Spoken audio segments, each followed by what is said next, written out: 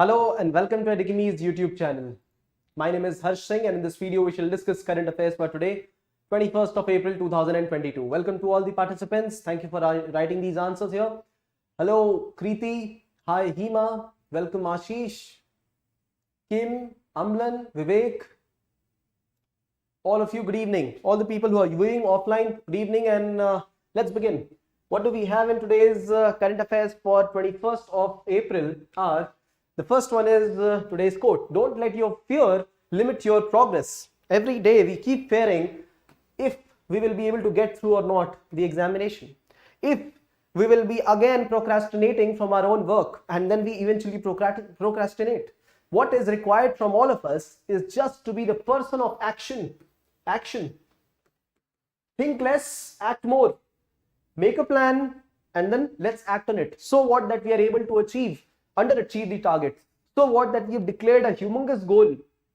After all, nothing has been achieved by people who have dreamt just the usual things, right? So do not let your fear limit your progress. Make progress, smaller progress every day, each day, and it will count. And you people know this better than anybody else because you people have been attempting answers. You people have been religiously following current affairs and you can feel that change yourself. Look at the UPSC question right now. Are you able to relate to what they're asking? And is your brain functioning right now? If yes, it is only directly proportional to the efforts or time you have put, and this will only keep paying you off. So do not fear and do not let them limit your progress. All right. If you like this initiative, share some love.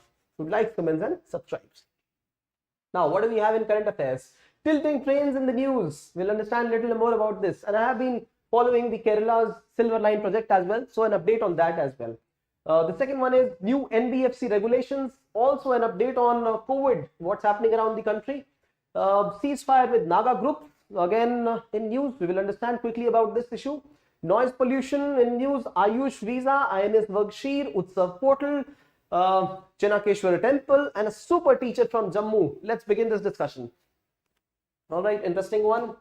Will be fast. So tilting trains are in news because of the Silver Line project that is happening that is due to get initiated in Kerala. The Silver Line project, also called as K-Rail network, is a network of adding stations, high-speed rail corridor for 11 stations along the coast in Kerala.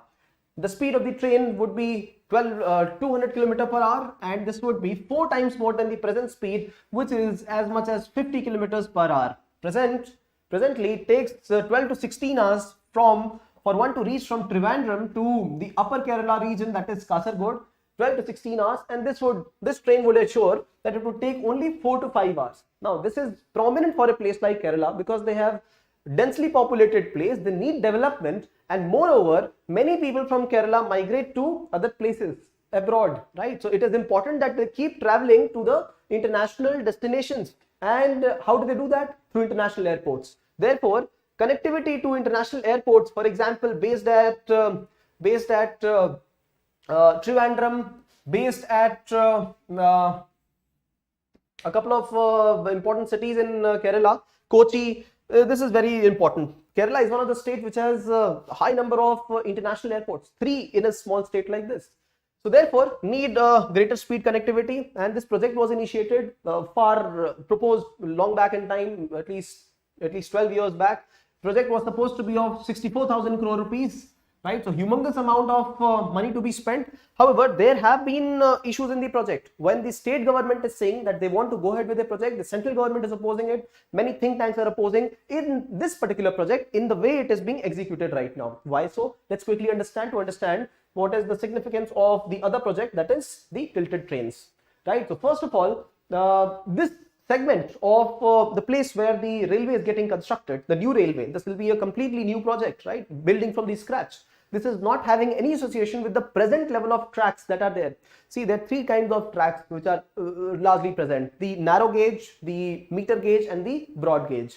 Now, the new tracks which are going to be laid, they will not be the broad gauge tracks that we usually see. I think that dimension is between the track distance between both the parallel tracks should be around 1.6 meters. That should be the broad gauge. But then they are building this new track in standard gauge. All the all the parameters, all the different engines, bogies required, the track, every specification will change for this, right? So this is one issue, one major issue about this particular project. This has been said by JICA itself. Japan, while funding this, they said that we want a project like this because they will be able to pass on some standard gauge material to Kerala Silver Line project. Now, other ways of opposition are the coastline. The coastline is the place where the Kasturi Rangan committee and many other committees have said that 1/3 of Western Ghats must be preserved. So this is an eco-fragile zone. The same place where flooding has been one important concern, landslide has been an important concern, excessive rainfall has been a concern, fragile ecosystem has been a concern. We find species of butterflies, frogs, smaller animals at these places. Therefore, constructing this would be an issue. This is a 550 odd kilometer project, and more than approximately 2/3 of the project is the one which runs through urban areas. This will involve thousands of families getting dislocated. So these are two major concerns. One is ecological imbalance. The second one is the displacement of the urban settlements. And when you look at Kerala's economy, which constitutes of tourism economy as well, wetlands, backwaters, embankments, paddy fields, forest areas, all of them will get affected by a project like this. All right. Now, also the cost of the project right now being said as 66,000 crores, but then it is being estimated that the cost will overshoot this project. It might become 1.2 lakh crores, 1.2 lakh crores, almost double the amount. Why? Because of the way government has planned the project, Kerala government. They say that they would have underpasses or overbridges every 500 meters to facilitate movement of the people. However, they have not shared the detailed project report with the people. They have not shared it in the open. So this seems to be a little opaque, the way policies are working right now. Therefore, receiving increased scrutiny by many stakeholders. Indian Railway has also objected to this present form of the project. All right. So right now, the government state government says that since the project will be electric trains running and high speed trains running, this is good for the state and this will have lesser impact on the pollution. But then what kind of environment impact assessment are we doing when we generate this fuel, right, through electricity fuel through coal itself?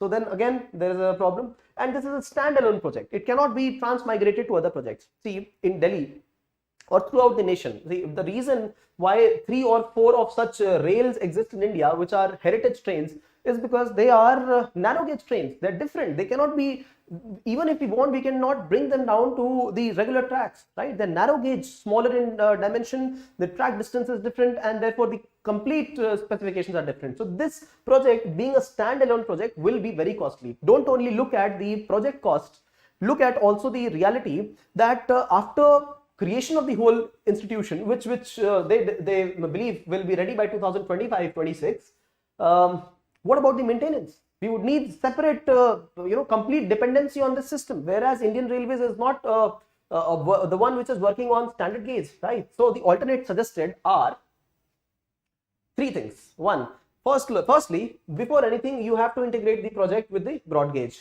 So first idea is build tilting trains. Do they exist? Oh yes, they do exist. Whenever we move around the corners and we are on a cycle, do we not tilt towards the bending at curves? It's a part of science and technology. So we bend at curves to facilitate our movement and equate the forces of centrifugal and centripetal forces, right? Centripetal forces and centrifugal, the one which is throwing us away.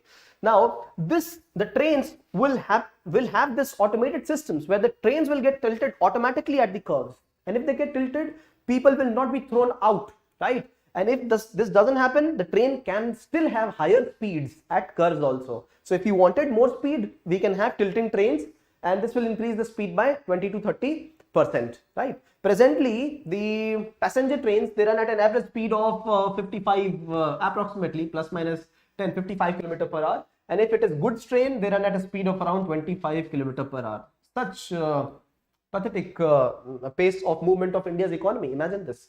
And the highest speed in India is around 160 odd.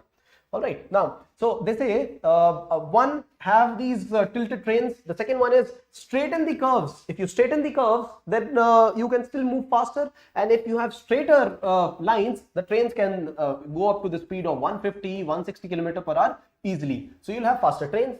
And and straighten the curves after having two different tracks on it, right? Or we can have a completely different set of track for this particular project, right? Completely dedicated high-speed track separate for the Kasaragod to Trivandrum project. All right. So, but then broad gauge itself, right? So these are the updates. Please note it down. The second update is from the whole of country, and if we should be panicking about the fourth corona wave or not. So the researchers say that one need not panic about corona fourth wave. However, the spurt in cases that we have seen around Delhi NCR region is because of the new norms. No masks around, schools have opened, colleges have opened, people have started to, the whole hustle bustle in economy has started, people have started to go to offices.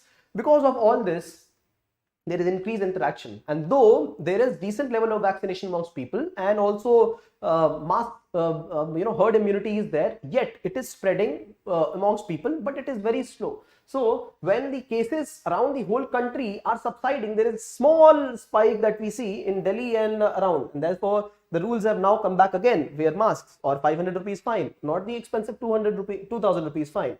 Right. So experts say, why is it not happening at other cities, other urban areas, agglomerates like Mumbai, Bangalore and Chennai? It is not happening there because it starts usually from those areas which are more condensed, areas of urban sprawl, and possibly Delhi is one of the biggest sprawls here. So other urban areas also might see a thing like this in times to come. This is what the experts have said. So unmasking regular economy is the cause of this.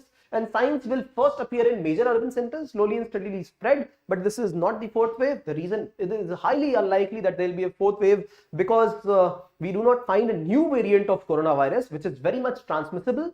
This is one possibility which is not existent in India right now. And the second reason is we do not have vulnerable population as much as what China has, what other countries which have had very strong lockdowns have had. Right. So we have had people who have had all the three waves and survived well, right? All fit and fine. Alpha, Delta, Omicron, and going strong, right? Unlike people in China, unlike people in other areas which have not been subjected to corona variants, right? So if one has got Delta variant and Omicron both, there is a greater degree of immunity. And over that, they have also had a Covishield or Covaxin dosage. So this is a good thing for Indians, and this is what keeps corona variant away. If we have a new mutated variant, which if in case it gets originated, then we will have a matter of concern, and if it has greater transmissibility, then again a concern. So for that reason, government says that we will start giving you a precautionary dose, not a booster dose, precautionary dose. So what is the difference between them? See, in case of booster doses, government wants to boost the immunity of the people, right? Boost it.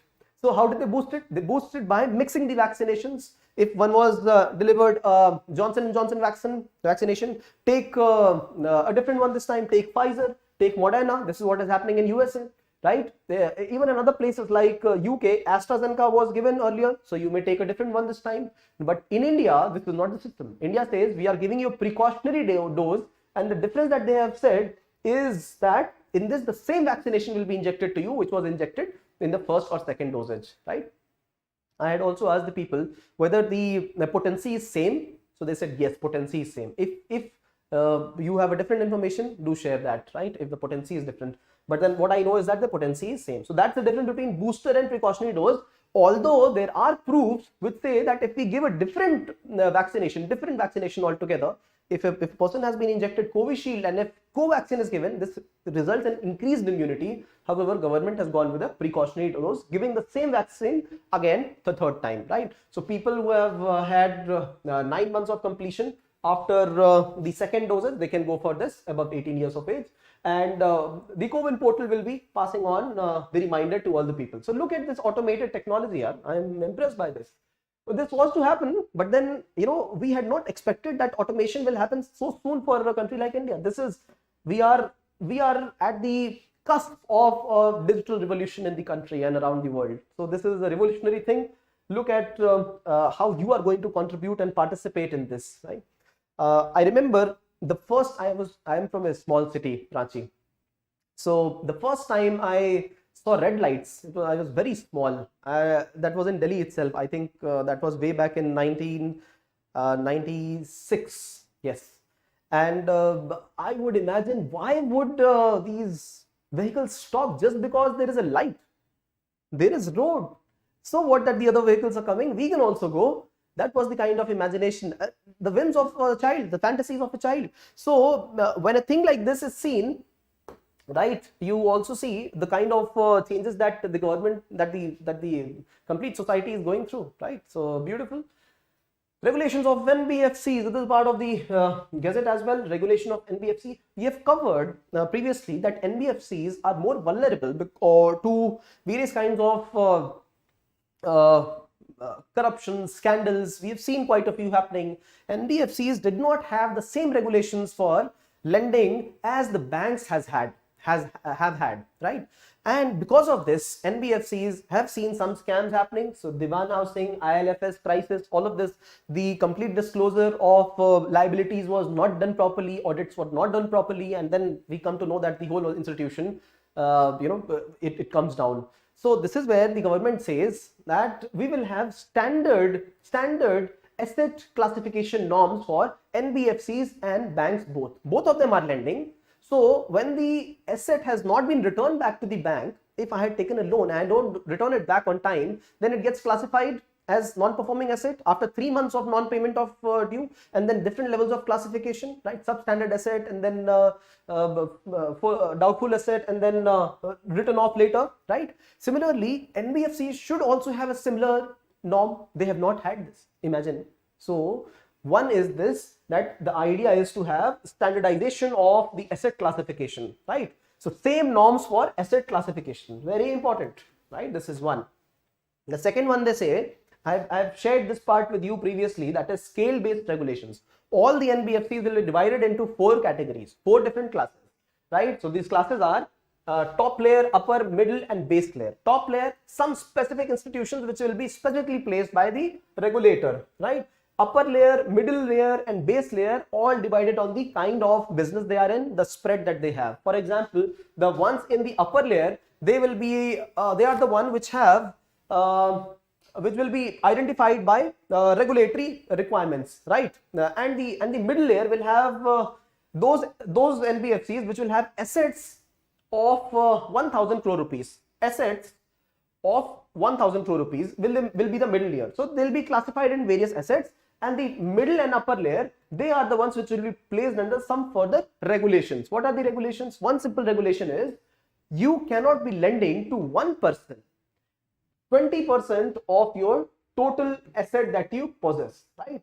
So if the company has a total asset base of say 100 crores NBFC, they cannot be spending 20 crores or 21 crores on one organization only. They cannot be doing it. Yes, if the board approves, then this 20% can go to further 25%. This is one. In case this is infrastructure project, then 30%, and then board approves 35%. That's what it is. So this is what is in news. NBFC's regulation to be standardized, to be put at par with banks for asset classification. NBFC's lending norms to be standardized further. That is the middle and upper layer categories. They will have some caps on how much they can lend to one person. Okay. So this is it. This is the NBFC regulation. It has been in news, right? So you got to be knowing about this. Questions, please put them down. Naga peace talks. Have a look at the left side of the image. This is the Naga flag, right? Now, people who are of Naga culture, they're very sentimental about this flag. This flag has a special significance in the heart of the people because it is said to have had divine origin. Divine origin. The people who initiated this flag, the initial leaders, they said that they dreamt of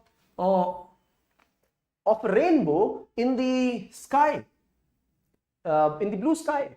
And since Naga people have many of the people who have Naga culture, they have adopted Christianity. So that's why this star, which reflects the Christian symbol. All right. So this is what the Naga flag is about. Now, there are many factions in people who are a part of the Naga independence movement. Many factions. Some of the core faction groups, they have asked that they need to have Naga constitution, separate Naga constitution, and a separate Naga flag for the people. However, the government of India is not ready to provide a separate Naga flag for people and a separate constitution for Naga people, right? And the faction which has said, so Naga Social NSC and Naga Socialist. Tell me the full form, please. So NSTN IM. This is the NSTN IM. This is the faction which is asking for stringent terms. For example, flag and constitution for themselves. But then there are various sub factions which said, let's not be so stringent. Let's work towards peace. Let's work towards development of the place. Let's work towards more progress. So there are many factions of this particular group itself, and now they have said they started to negotiate separately with the government, saying that all right, we want peace, prosperity, and you start doing your work, government to government. And whereas one of the factions says that nahi, we will not work like this. So now government has said, even when the major faction group, if you are not with us, no problem, we will work with other factionist groups. And now this is another time that the peace accord has been extended between all the other faction groups, right? So the background to this, the ekdam background to this is the reality that Naga had said, Naga people had said that they want freedom, they want their own territory, and this was a pact with the Britishers. And this was also concluded by Mahatma Gandhi, that the people who believe in Naga autonomy, they would be given freedom, and they would celebrate freedom before 15th August 1947, and that's the reason they still celebrate independence on 14th of August. Right, so this is one. And the second thing is that when the constitution got created, that was the time a 9-point agreement was signed between the government and the Naga National Council, the people who wanted independence. And according to this, an experimental coexistence with India for a period of 10 years was envisaged. An experimental coexistence was envisaged, right? However, on one hand, when the government looks at this 10-year as a time in which it can reconcile with Naga people and coexist and integrate them, Naga people understood that this is the time that that is being looked at for increasing our self-determination. And self-determination through symbols like flag, constitution, integration amongst people. But then right now, the demands are very much factional in nature, right? So therefore, an update is that in peace talks, the peace accord has been extended for another year between factions of Naga Socialist Council. All right, Naga Socialist Council of Nagaland. Okay, thank you, Amlan. Thank you, Kima. Thank you, Kim. All right. Noise pollution. All right. Just want to discuss the aspects which are relevant for the examination. We people know very well why this is in news, because of various communities, and they intend to put all the religious communities, they intend to put loudspeakers, public address systems throughout, whether it be a political movement, a family gathering, or a religious function, whatever it be, right? So, and there have been regulations by the government authorities. So let us just know what is the aspect of governance about this, right? We have discussed about noise pollution. I remember that having discussed the complete United Nations report, noise, wildfire, and there was another one. 3 things we discussed in the feature news. Now what we discuss here are the Air Pollution Act and what are the norms. The norms, see, 75 decibel is what is said to be an optimally upper limit for listening anything, right? If it is 120 decibel of noise, then to fir kaan ke parde phat gaye, then it is too much for us, right? So noise pollution rules and Air Pollution Act, it says that acceptable levels of noise in different zones will be different for daytime and nighttime, different for commercial areas, home areas. In case there are some functions and special permission has been taken, 10 levels of decibels can be exceeded provided permission has been taken, provided it is there for maximum 15 days in a year. These are some terms, and of having any public address system being placed. All right, 15 days and prior permission of the government, right? So if it is a residential, all right, daytime, what is daytime? Daytime is 6 a.m. to 10 p.m. and nighttime is 10 p.m. to 6 a.m. So daytime you can have a little higher level of noise, that is in commercial areas 65 and 55, morning and night. Similarly, residential areas 55 and 45. All right, in case you have had some special permission, 10 decibels extra for 15 days a year, and prior permission is required. That's it. Okay, Air Pollution Act and Noise Pollution Rules 2000. Okay, the next is Ayush Visa. Ayush Visa in news because Prime Minister has declared a separate kind of visa status for people who are here for wellness and treatment, right? People want to learn Ayush treatment. People want to get healed. So heal, just like we have Make in India, Make for the World, we will have Heal in India. Great, very good envisage, right? So when we start to promote what we have as indigenous and we start to market it around the world, that's when it grows. And this is the best time to do this, because we have had the Global Center for Traditional Medicines in Gujarat. So let's promote this. A lot of people, even when we didn't have an institution like this in India, a lot of people would come to get alternative treatment in Kerala. A lot of people would come to learn yoga and get their treatment done right in the country. And that's how in the last 6-7 years, our economy for alternate medicine has grown. Economy has grown from $3 billion to $18 billion, 6 times. Imagine this. So a prospect for all of us. All right. So this is it. And Ayushmark, a new, just like we have agricultural marketing, Agmark, just like we have different kind of symbols indicating the standard of products that we release, we will have an Ayushmark as well. Great. Good achievement. INS Vaghshir in news. All right. This is the sixth naval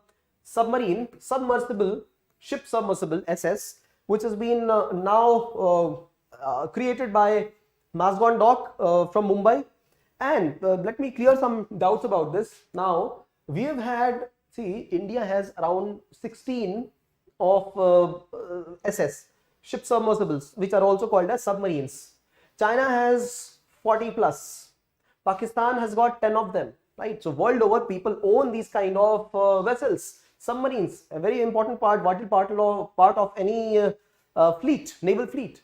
Now, India has had 16 of them. India had envisaged, right now it has 16 of them. India had envisaged back in 1997 a project called as Project 75. Could somebody tell me what is the reason for 75? I don't know. It is not India at 75 years. That definitely not. So P75. Oh, is it that? I'll have to look at it then. P75, I don't know why 75, but then P75 envisaged that we would have 24 submarines with us, 24 new submarines with us, which would have 18 plus 6, 18 of the diesel electric submarines and 6 of the air independent propulsion submarines as well, right? So the total envisaged was total number was 24. Yes. Now, when we envisage a project like this, later on we came up with some technologies like in air independent propulsion, which was domestically created, DRDO. And this project was called as P75I. 6 submarines under this.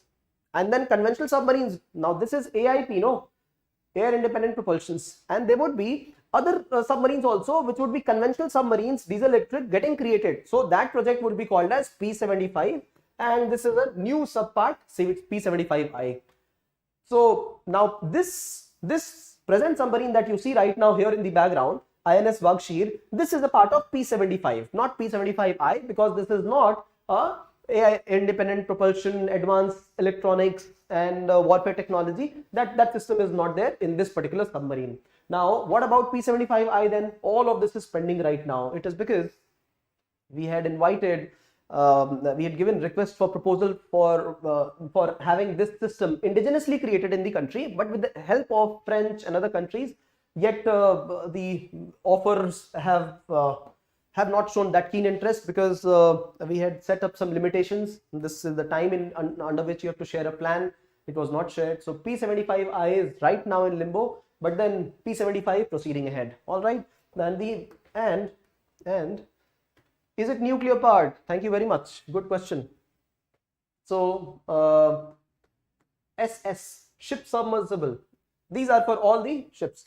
This is the hull classification. Hull classification means when the body is cut, what kind of body will be there for a ship. So SS is for ship submersible, right? We have different kind of bodies, no? For a frigate ship, for a cruiser ship, for a aircraft carrier, the whole shape will be different. So this SS is a hull classification used in USA and now used throughout the whole world. So when you look at submarine ships, there are of 4 kinds. So ship submersible, which are nuclear powered and which are diesel electric. Okay. And then on the basis of the kind of weaponry that is attached with them, one is attack submarine and the other one is ballistic submarine. Okay, so this is the classification. All the ships submersible can be divided in 4 categories, whether they are nuclear powered or diesel powered, whether they are attack submarine or ballistic submarine. All right. Now, if you want to look at it, if the submarine is nuclear capable or not, that means if it has got the nuclear triad, if it can have the facility of engaging through a nuclear weapon, just attach in front of this attack submarine now, attach a BrahMos with a warhead which is nuclear, attach in this ballistic missile which is nuclear, that becomes a nuclear attack submarine also. Do we have a nuclear attack submarine? Absolutely we do. We have one Arihant, and that Arihant is nuclear attack and nuclear powered, both of it. So what is the reason that we need a nuclear powered submarine? These submarines can go a longer distance, for a longer time, 6 months, they need not come out of water because they don't need any air, they don't need any supplies, just that food, homesickness and basic supplies are required. So nuclear powered can go far, in deeper oceans, and many of these nuclear powered are ballistic in nature because they would be able to strategically launch missiles at a longer distance. So we've got nuclear powered ballistic. So this will be called as SSBN. Have a look. SSBN. Similarly, we would have SSN also, strategic attack nuclear submarines. Strategic attack nuclear submarines. All right, nuclear powered. Similarly, we would have diesel electric submarines also. These are called as SSK because these are conventional diesel electric submarines, smaller, swifter, move fast, navigate faster than nuclear submarines, and they are called as K because they are killer hunter. This is what has been named, which has been designated SSK. And we would not need diesel electric submarines which are ballistic in origin. Why? Why do you have to have nuclear submarines which are very less capable and which have ballistics? For ballistic, we need to go interior in the water, strategic capability, because we want to throw the weapon kilometers, thousands of kilometers away, right? So primarily 1, 2 and 3 kind, and we've got quite a few diesel electric. So does China, so does Pakistan. What we need to construct are more of nuclear ballistic and nuclear attack submarines. All right, so I hope that this nomenclature is clear to all of you. I'll create a video in case it is not. Utsav portal launched by Ministry of Culture. This is about launching any cultural events, programs in the country online. So the minister need not cut the ribbon by going physically at the place, but virtually. World around, people can watch the programs. They can be lured with the attraction that India has, and that's how India will prosper. So Utsav portal, great portal. Thank you for initiating this. Chinakeshwar temple in Karnataka. Now, against the norms that we see these days, that is the religious communal divide that we see amongst people, this is a great example of how a Muslim saint would initiate the whole temple procession, the Rath Yatra, by reading out verses from Quran. Right, this is against the common norms where we see more segregation amongst the communities. So just an update on this temple. Please have a look of the cultural roots of this particular temple from Karnataka.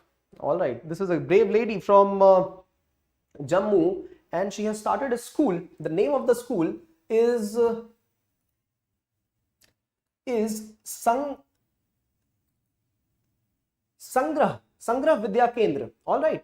And she is called as a super teacher. Why? Because even after retirement, she has not given up teaching. She teaches 100 students free of cost, and she believes that if she gives them food, they would again be hungry.